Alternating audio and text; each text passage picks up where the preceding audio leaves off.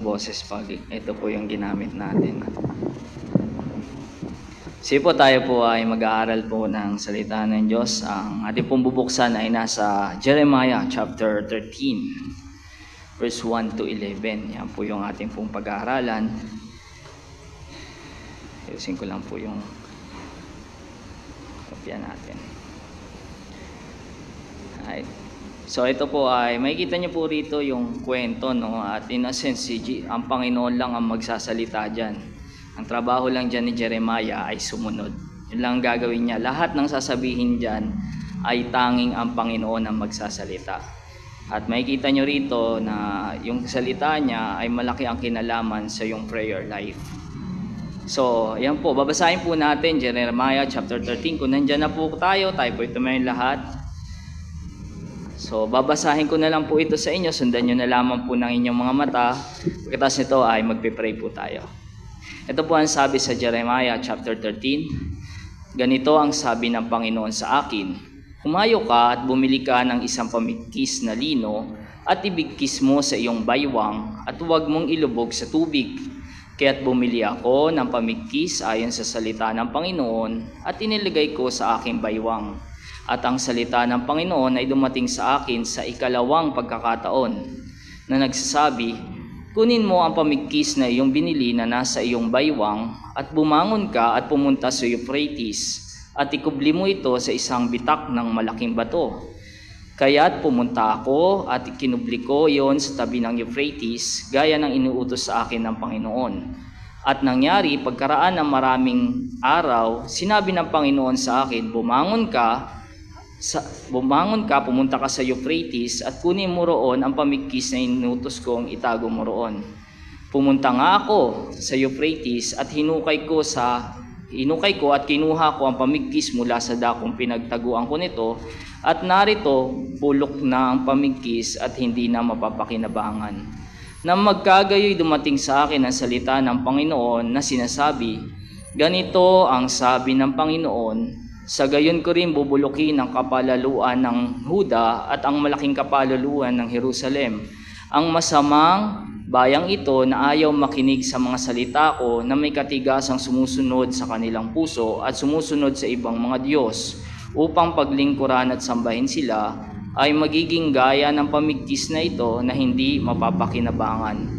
Sapagkat kung paanong ang pamigkis ay kumakapit sa baywang ng isang lalaki, gayong ko pinakapit sa akin ang buong sambahayan ng Israel at ang buong sambahayan ng Huda, sabi ng Panginoon, upang sila para sa akin ay maging isang bayan, isang pangalan, isang kapurihan at kalwalhatian, ngunit ayaw nilang makinig. Unahin po tayo.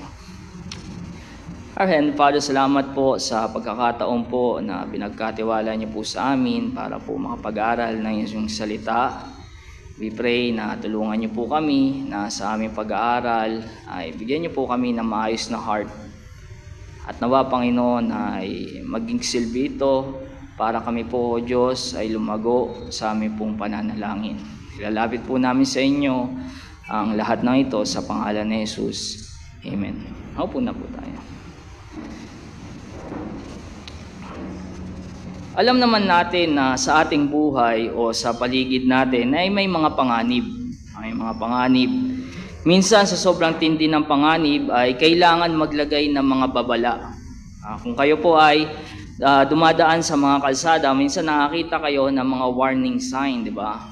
Ang isa sa mga warning sign sa kalsada na madalas nyo makikita ay bawal tumawid. Ayan. Kaya lang, marami pa ring tao ang tumatawid dito. Kaya ang ginawa ng mga ibang tao, tinaas nila yung antas ng babala. Bawal tumawid, nakamamatay. Pero yung mga tao, hindi pa rin sila tumitigil sa pagtawid. Binabaliwala pa rin nila yung warning sign. Kaya tinaas ulit nila ito sa isa pang antas. Bawal tumawid, may namatay na dito.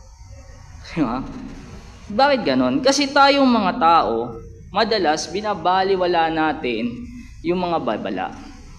At ang masakit dito, minsan, yung ganong uri ng ugali ay dinadala din natin sa salita ng Diyos. na madalas binabaliwala din natin ang salita ng Panginoon. Kaya ito po ang ating pong pag-aaralan. Ang patuloy na pagbabaliwala sa salita ng Diyos ay magreresulta ng kawalan ng pagkakataong maglingkod sa Kanya. Persistent neglect of God's Word results in losing the opportunity to serve Him. So medyo mahaba yan, kaya medyo linigyan ko ng title. Ito yung title natin. Don't persistently neglect God's Word. Huwag nating patuloy na baliwalain ang salita ng Diyos. Ano ba ang nangyayari dito? Sa panahon po na ito, makikita nyo po na ang Panginoon ay magsasalita sa pamamagitan po ng isang propeta. Si Jeremiah. Nung ito ay kinuha ko yung subject na to, na-enjoy ko yung kwento. Kasi yung kwento, major prophet eh. Pero yung exam, hindi ko siya talaga na-enjoy. Hindi ko na-enjoy yung exam na ano ko rito. Mahirap. Pero makikita nyo rito na ang Panginoon ay nagsasalita sa pamamagitan ng buhay mo or mga actions na gagawin ng isang propeta. Di ba? Ang isang example ng mga gantong uri ng kategory ay si Hosea. Di ba? Sabi ng Panginoon, mag-asawa ka ng isang bayarang babae. Or yung mga ganong uri ng bagay. At dito makikita nyo na ang Panginoon may pinagawa kay Jeremiah. Sabi niya, kumuha ka ng pamigkis na lino o loincloth. Ano ba yung loincloth? Ang loincloth po, kung kayo ay siguro familiar sa picture ni Jesus Christ nung nakapako siya, di ba may parang suot siyang undergarments. So parang gano'n ang ideya ng loincloth. At para hindi yon mahulog, yung suot na yun ni Jesus Christ, meron yung tali sa kanyang baywang. Ayun yun ang isang ideya ng pamigkis na nakakapit sa yung baywang. At dito sasabihin ng Panginoon, kumuha ka, isuot mo, then pagkatapos ng ilang panahon, sinasabihin ulit dyan ng Panginoon, o yung pamigkis na yan, dali mo sa Euphrates, itago mo sa biyak na bato. Tapos, pagdating ulit na maraming panahon, balikan mo ito. Pinapunta ulit siya ng Panginoon doon. At ang nangyari, anong sabi niya doon? Verse 7, narito, wala nang pakinabang. Sira na. At mula doon ay ipapaliwanag mismo ng Panginoon kung ano ang ibig niya sabihin dito. Papakita niya na mayroong malaking problema yung mga taong binabaliwala yung kanyang salita.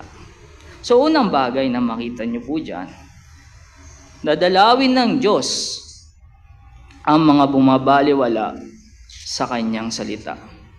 God will visit those who persistently neglect His word. Dadalawin ng Panginoon ang mga bumabaliwala sa kanyang salita. Sabi sa verse 9, yung pinaliwanag na, di ba? Ito na yung explanation nung ginawa mo. Verse 9, ganito ang sabi ng Panginoon, sa gayon ko rin bubulukin. Nakita niyo yung salitang ko rin? I will spoil sa English, di ba? I will spoil yung mga kanilang kapalaluan. Ano pinapakita po niyan sa atin? Pinapakita niyan sa atin na letter A, ang pagbabaliwala sa salita ng Diyos ay isang masamang bagay. Ang persistent neglect of God's word is an evil thing. Kasi nga, ang Diyos, sabi niya, I will. Ako mismo. Hindi niya sinabing, my angel will come and destroy you. I will spoil. At pagdating mo sa sumunod na verse ng verse 10, ang sasabihin dyan, di ba, these evil people, ang masamang bayang ito. Pinapakita talaga dyan na ang pagbabaliwala sa salita ng Diyos ay isa talagang masamang bagay. Who refuse to hear, di ba? Na ayaw makinig sa mga salita ko. Ang hindi pakikinig sa salita ng Panginoon ay isang masamang bagay. Pag ito ay binabaliwala mo, kailan ba binubuksan ang salita ng Diyos? Dahil maraming paraan. Ang isa rito, pag ikaw ay nagdi-devotion. Devotion. Kahit gaano pa yan, kahit 10 minuto yan, 15 minuto. Pag yan, ikaw ay nagdi-devotion, you are opening God's Word. Sunday school. Diba? Ano ba ang pinag-aaralan niyo Sunday school? Mangisda. Diba? Yung ba yung pinag-aaralan mo dyan? Mag-park. Paano ba magtayo ng tent?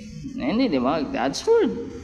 Sa preaching, napakalinaw nun. Sa small group nyo, pag kayo ba ay nag-small group, ang pinag-uusapan nyo, masarap ang KFC, masarap ang Burger King. Doon tayo sa kapihan. God's Word ang isa sa mga ingredient ng mga yan. At maging yung reading of God's Word. Kung tama ang tinuturo sa pag-aaral ng salita ng Diyos, sino ang pinakang nagsasalita? Sino ba ang pinaka nagsasalita kung tama ang yung pinag-aaralan sa salita ng Diyos? Kung tama yung tinuturo, ang Diyos. Kaya nga, pagka tayo, hindi natin to binabaliwala natin ang salita ng Diyos, ultimately, ang binabaliwala natin ay ang Diyos. Pag tayo sa Sunday school, umuwi tayo, you are neglecting God's Word. We are neglecting God's Word. Pag sa devotion, hindi nyo to pinapansin. You are neglecting God's Word. At sa dulo nun, you are also neglecting God.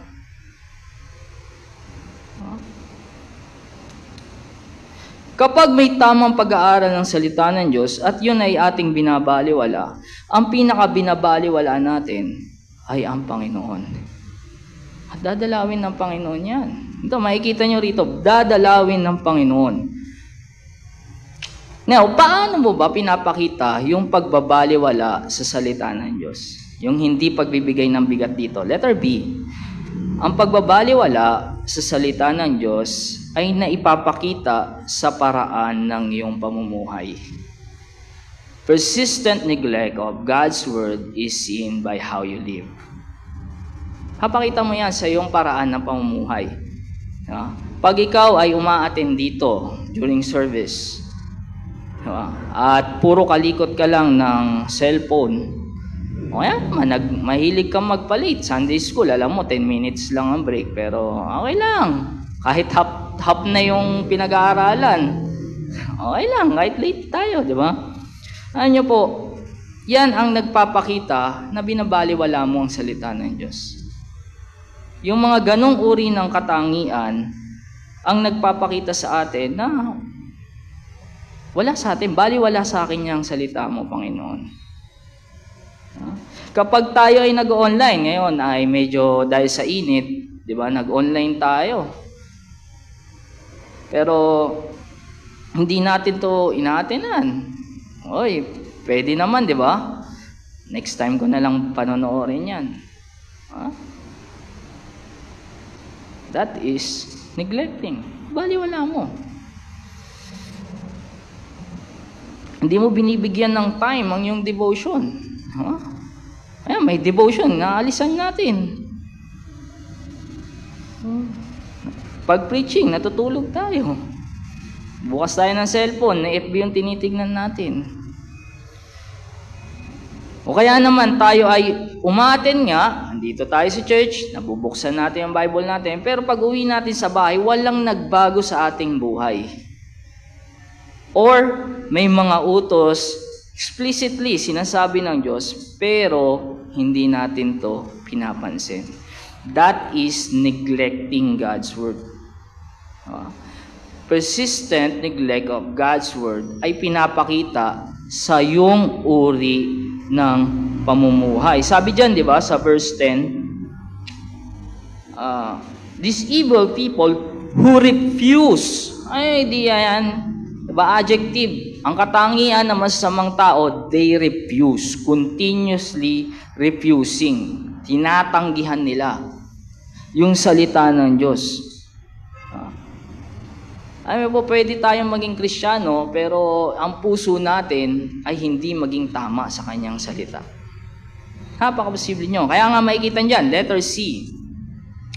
Ang pagbabaliwala sa salita ng Diyos ay resulta ng pagsunod sa sariling puso. Alam nyo, kaya nyo binabaliwala ang salita ng Diyos, hindi yan dahil napuyat ka. Hindi yan dahil sa nasanay kang magbukas ng cellphone mo, ng Facebook, mga gano'n mo.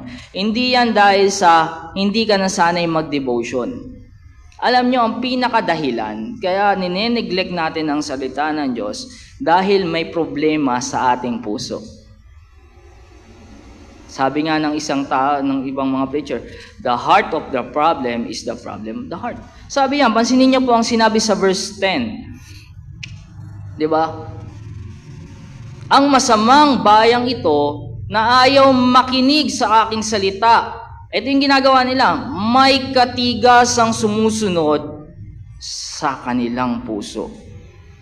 Alam niyo po, para masukat natin kung ano ang kalagayan ng ating puso, isipin ninyo kung paano kayo gumagalaw kapag may pag-aaral ng salita ng Diyos.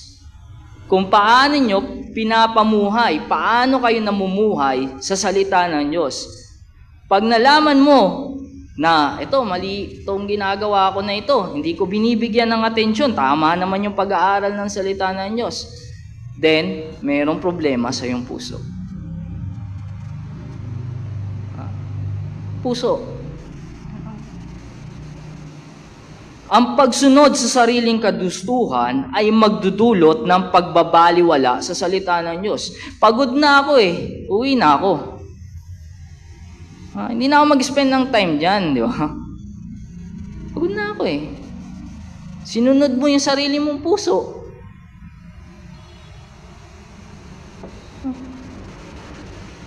Kapag sinunod natin yung sarili nating puso o yung mga pagnanasa natin, hindi natin magagawa talaga na sumunod sa Panginoon. Ini-neglect natin ang salita ng Diyos. You will neglect it. Kasi may problema ka na sa puso Sabi nga diba? Pagka ang Biblia ay hindi natin binibigyan ng galang, ikaw ay isang walking time bomb. Ngayon, time bomb, ibig sabihin, oras na lang ang hinihintay at magkakasala ka na. Ano talaga yun? Pag nineglect natin ang salita ng Diyos, bibilang ka na lang ng buwan, araw, oras, at magkakasala ka. Kasa tayo. Now, bakit hindi natin maaaring magawa ang kalooban ng Diyos kapag nineneglect natin ang kanyang salita? Ito ang sagot dyan. Kasi yung puso natin hindi tama at dahil doon, magbubunga yan, letter D. Magbubunga yan ng maraming Diyos-Diyosan. Following one's own heart will create many idols. Pagka sinunod mo ang iyong puso, gagawa yan ng maraming Diyos-Diyosan. Basin ninyo sinabi dyan sa verse 10. Again, tuloy-tuloy na sentence to nasa-separate lang ng kama. Diba? Sabi dyan, ang masamang bayan na ito na ayaw makinig sa aking salita, may katigas ang sumusunod sa kanilang puso, at anong ginawa nila? Sumunod sa ibang mga Diyos upang paglingkuran at sambahin sila. Alam niyo po, pag sinunod niyo ang sarili niyong puso, automatically gagawa yan ng iba't ibang mga Diyos. Kung sabihin natin, wala na akong time, kailangan ko na umuwi. Ibig sabihin, ang time mo, ang naging Diyos-Diyosan mo na pinalit mo sa salita ng Diyos. Your time. Nagugutom na ako. Ibig sabihin, yung pagkain mo, ang pinalit mo sa pagkain ng buhay. Lahat ng maling galaw ng puso will result sa mga idols. Wala tayong pagpilian yan, di ba? Ang pagsunod sa sariling puso ay gagawa ng maraming mga Diyos-Diyosan.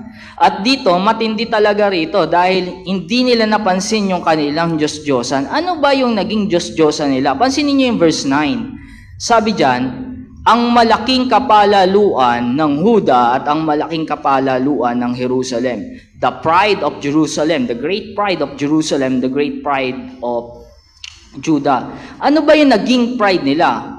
Well, kung familiar po kayo sa story ng Jeremiah, ang Panginoon ay nananawagan dito eh. Diba? Sumunod kayo sa aking salita. Sumunod kayo sa aking salita. Gawin ninyo ang tama. Yun yung mga ginagawa rito. At pagdating nyo sa dulo, meron ng direktiba ang Panginoon. Magpasailalim kayo sa darating na hari. Sino yun? Yung hari ng Babylonia. Si King Nebuchadnezzar, di ba? Ang sabi ng mga tao, hindi kami susunod. Tayo ay may kapayapaan sa lugar na to. Bakit? Kasi ang isa sa mga naging Diyos-Diyosan nila, yung temple. The temple of the Lord. Ang isa pa sa naging Diyos-Diyosan nila dyan, yung sarili nila. Tayo ay lahing pinili. May Israelita tayo. Tayo ay pinili ng Diyos, hindi tayo masasakop. Yung Jerusalem, kala nila payapa sila doon mismo sa city nila. Sabi nga ni Jeremiah, they preach peace, peace, but there is no peace. Wala kang kapayapaan. Yun yung mga naging Diyos-Diyosan nila rito eh. Kaya nila nineglect yung salita ng Diyos, yung mga kalooban ng Panginoon sa kanila hanggang sa pinakahuling hari, si Zedekiah. Dahil sa merong Diyos-Diyosan sila na pinalit sa salita ng Diyos. Kaya binaliwala nila yung salita ng Panginoon. Yun yung mga bagay. Yun yung mga naging Diyos-Diyosan nila. At kung tutuloy nyo pa yung pagbabasa nyo dyan si Jeremiah, maging yung allied nila, yung Egypt, di ba? Nung time na bumagsak yung judgment, may mga natirang remnant. Sabi ni Jeremiah, sabi nila, sige, sabi mo sa amin ang kalooban ng Panginoon, whether it be good or bad, susunod kami. O sinabi ni Jeremiah, magstay tayo rito, huwag tayong pumunta sa Egypt. Anong ginawa nila doon? Kung kayo familiar sa story, pumunta sila ng Egypt.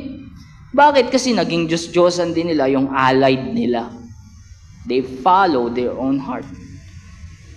At ang masakit dito, letter E. Nakatanda niyo yung puntos natin, dadalawin ng Panginoon. Ito nangyari. God will spoil the idols that you put in your heart to replace Him. Sisirain ng Diyos ang lahat ng Diyos-Diyos ang pinalit mo sa Kanya. Itong mga taong to, ang naging Diyos-Diyosan nila, yung temple, yung lahi nila, yung bayan nila, yung allied nila, lahat ng yon pinatag. Pinatag. Na-wash out yung buong bagay na yun, di ba? Anong nangyari sa temple? Nasira. Alam nyo ba, kung pag-uusapan lang natin ang 7 wonders, palagay ko, yun ang isa sa mga 7 wonders of the world. Pinaka-top, yung temple na yun. At ang isa sa glory nun, dahil ang Diyos ay nandun sa temple na yun. Sabi nga di ba? Dakila, sabi ni David, dakila ang gawain dahil ang templo ay hindi para sa tao, kundi para sa Diyos. Yung temple na yun, specifically para sa Panginoon yun. Pero nung maging idols ito, pinatag to ng Panginoon. Alam niyo po, pinapakita niya, no? Kung ang time mo ang naging Diyos-Diyosan mo, babawasan ng Panginoon ang time mo sa buhay.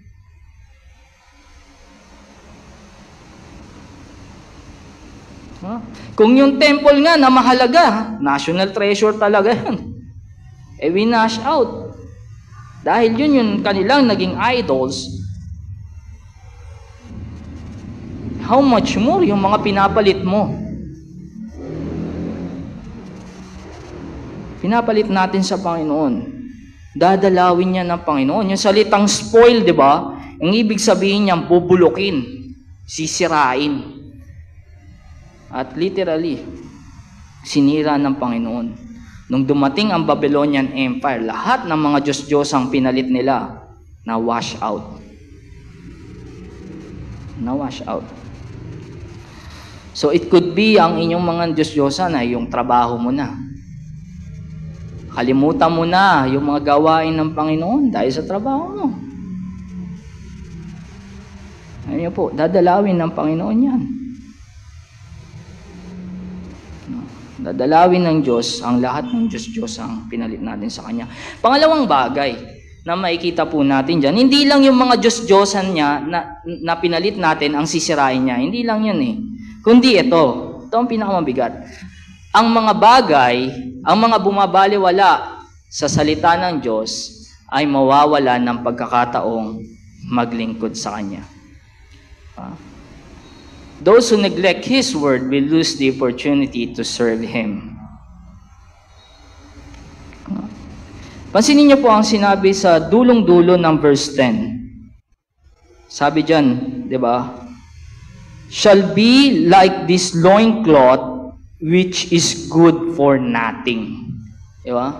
Yung mga sumamba sa Diyos-Diyosan, sinunod nila yung kanilang puso, nineglect nila yung salita ng Diyos. Sabi doon, gaya ng pamigkis na yan, yung nangyari kay Jeremiah.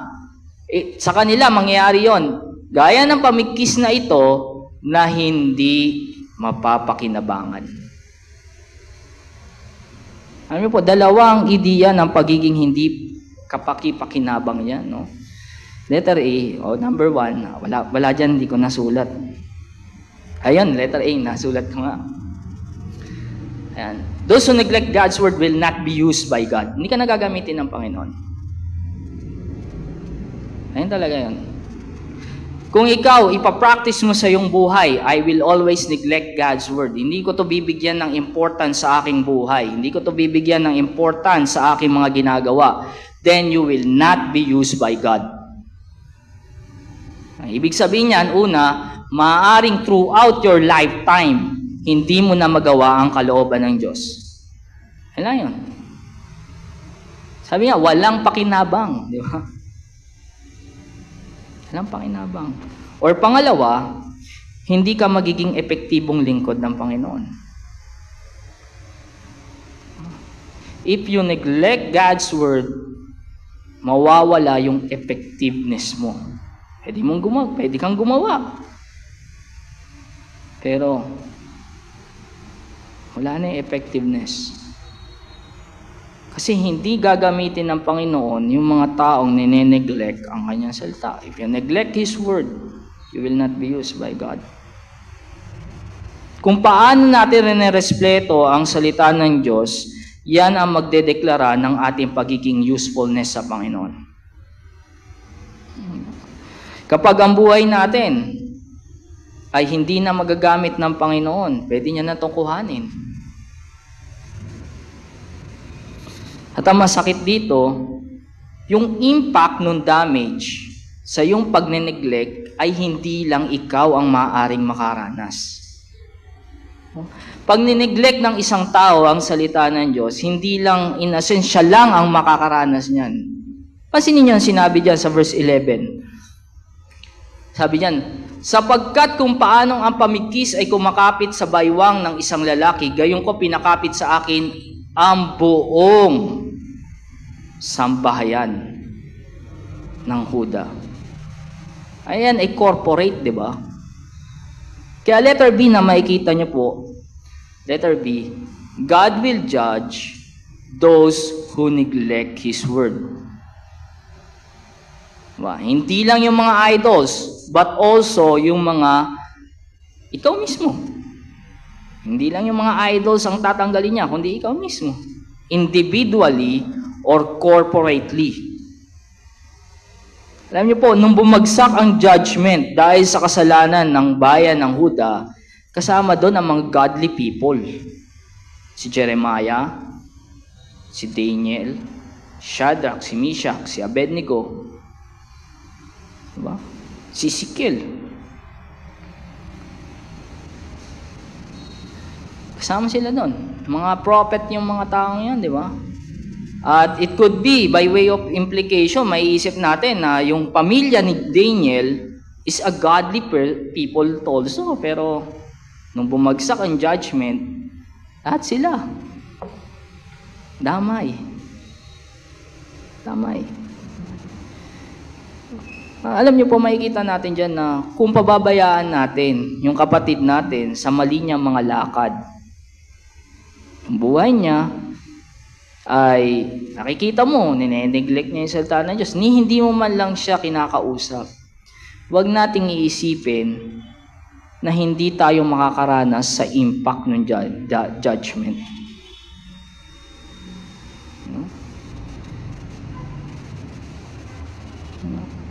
Kung ang buhay natin ay hindi isang magandang example ng pagsunod sa kanyang salita, huwag mong iisipin na ikaw lang ang makakaranas ng judgment. Yeah, totoo, di ba? Individually, God will judge. Pero may pagkakataon na ang judgment ay nakakaranas corporately.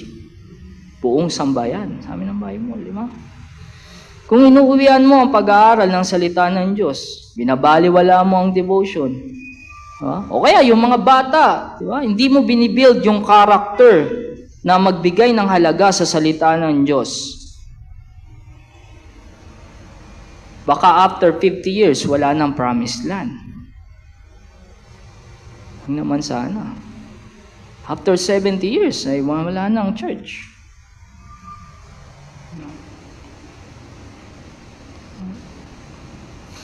Dito, diba, naging corporate yung punishment. Kung paano pinakapit sila ng Panginoon, yung buong sambayan, yung buong sambayan din ang ginudge ng Panginoon. Kaya mahalaga na huwag natin baliwalain ang kanyang salita. Kasi parurusahan tayo ng Panginoon. Hindi lang yung mga idols na pinalit natin sa kanyang salita, maging tayo mismo. God will judge us. Ngayon, bakit mahalaga na huwag nating baliwalain ang salita ng Diyos? Pangatlong bagay, at huli na ito, makikita natin dito, anong kinalaman nito sa ating prayer life? Pangatlong bagay, ang Diyos ay may layunin sa pagliligtas sa atin. Kaya hindi mo dapat baliwalain ang salita ng Diyos kasi may layunin ng Panginoon, kaya ka naligtas. Anong layunin nyo? Letter A. Tayo ay iniligtas ng Diyos upang siya'y magkaroon ng malapit na ugnayan sa atin. God save us to have a close relation with Him. Sabi po sa verse 11, pansinin niyo ang sinabi sa verse 11. Tagalog na lang, no? Sabi diyan, sapagkat kung paanong ang pamikis ay kumakapit sa baywang ng isang lalaki, gayon ko pinakapit sa akin ang buong sambahayan ng Israel at ang buong sambahayan ng Huda. Alam niyo po kung ano yan?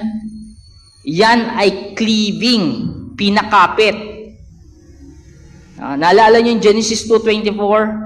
For this reason shall a man leave his father and his mother and shall cleave unto his own wife, and they shall become one flesh. That is relationship. Alam niyo po, kaya niligtas ng Panginoon tayong mga anak niya ay para magkaroon ng relationship sa Kanya. Kung paano yung pamigkis ang pinakamalapit na damit sa katawan ng tao, gayon daw yung bayan ng Diyos, pinakapit niya sa Kanya. Pero ayaw nilang makinig. Makikita niyo po natin dyan, no? Kapag hindi mo nineneglect ang salita ng Diyos, mas lalong lumalalim ang iyong relasyon sa Panginoon.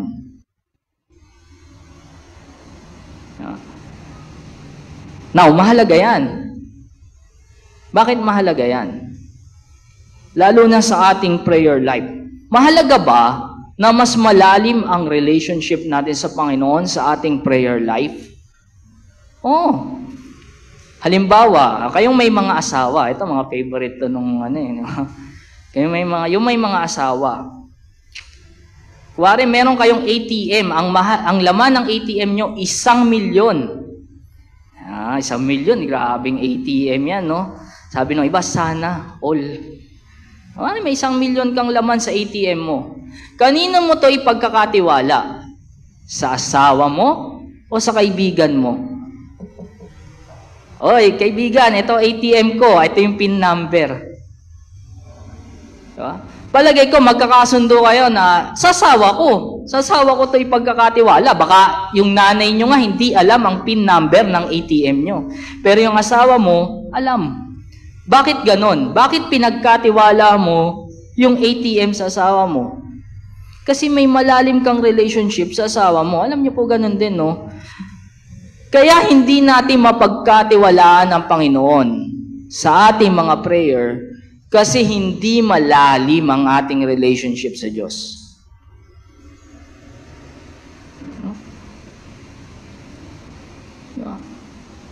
Hindi kasi malalim yung pagkakilala natin sa Panginoon, kaya hindi natin mapagkatiwalaan ng Panginoon sa ating mga dinadala.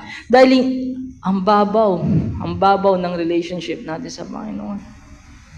Makikita nyo rito na kung siseryosohin natin ang salita ng Diyos, bibigyan natin ito ng pahalaga, yan ang magtutulak sa atin para manalangin ng mas malalim. Kaya marahil, ang babaw lang ng prayer life natin, ano may sa dahilan yan? Pinabaliwala natin ang salita ng Diyos.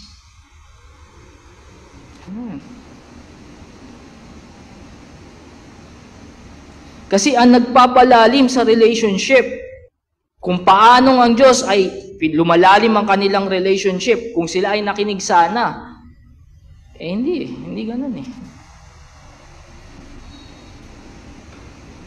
Hindi. Alam niyo po, kaya tayo nabibigatan sa mga alalahanin sa buhay ay dahil sa malayo na ang ating relasyon sa ating Panginoon. Napakalayo na.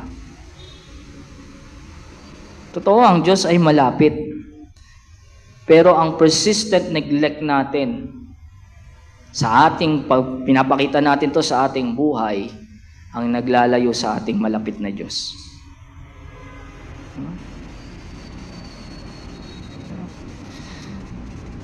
Ang mga kabigatan sa buhay natin na parang wala ng pag-asa ay nagpapakita sa atin na hindi tayo maingat sa ating spiritual life. Hindi tayo naging maingat sa ating spiritual na buhay.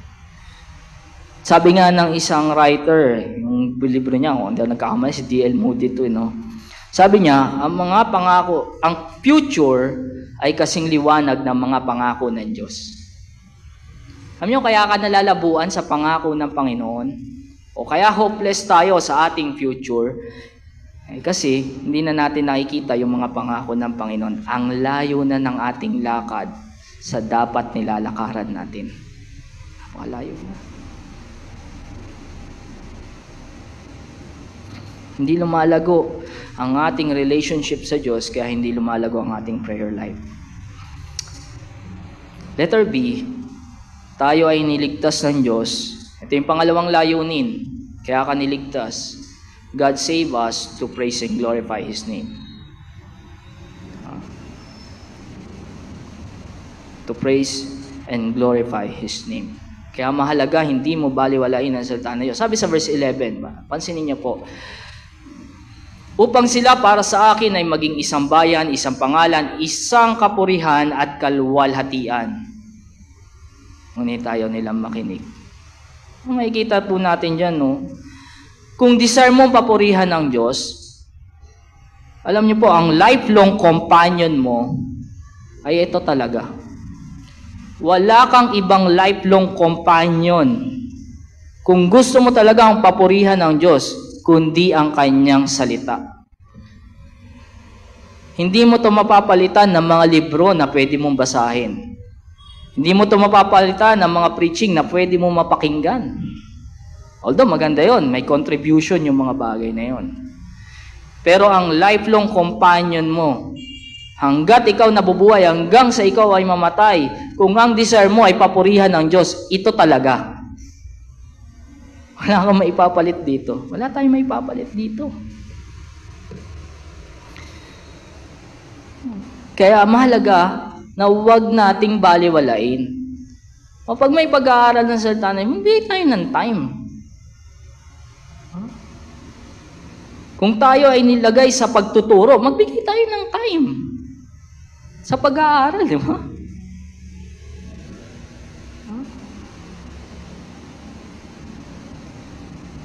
Kung minsan, hindi natin napapansin na maliliit na bagay, sa maliliit na bagay, ninineglect natin ang salita ng Diyos. Alam niyo ba kung saan nagsisimula ang hobby? hobby o habit. Sa nagsisimula ang habit? Sa maliliit na bagay. Pag pinagbigyan mo yan, baka dumating ang time, walang ka na ng time sa pakikinig ng salita ng Diyos. Ano nga devotion? Ine-neglect mo ba ang devotion? Sabi nga, di ba, narinig natin kanina sa testimony, kailangan nating paramihin yung pakikinig ng salita ng Diyos. Ang masakit, pagka meron, nawawala tayo. Neglect. So, kaya marahil hindi malalim ang ating pananalangin o lugmok tayo dahil sa malayo ang relationship natin sa Diyos. So ilang application at huli na po ito, no?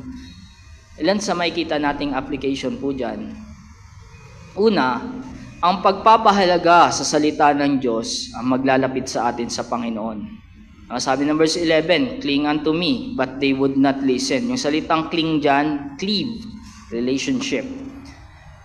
Pero hindi sila nakikinig. Ibig sabihin yan, para lumapit ang relationship natin sa Panginoon, kailangan natin yung salita ng Diyos.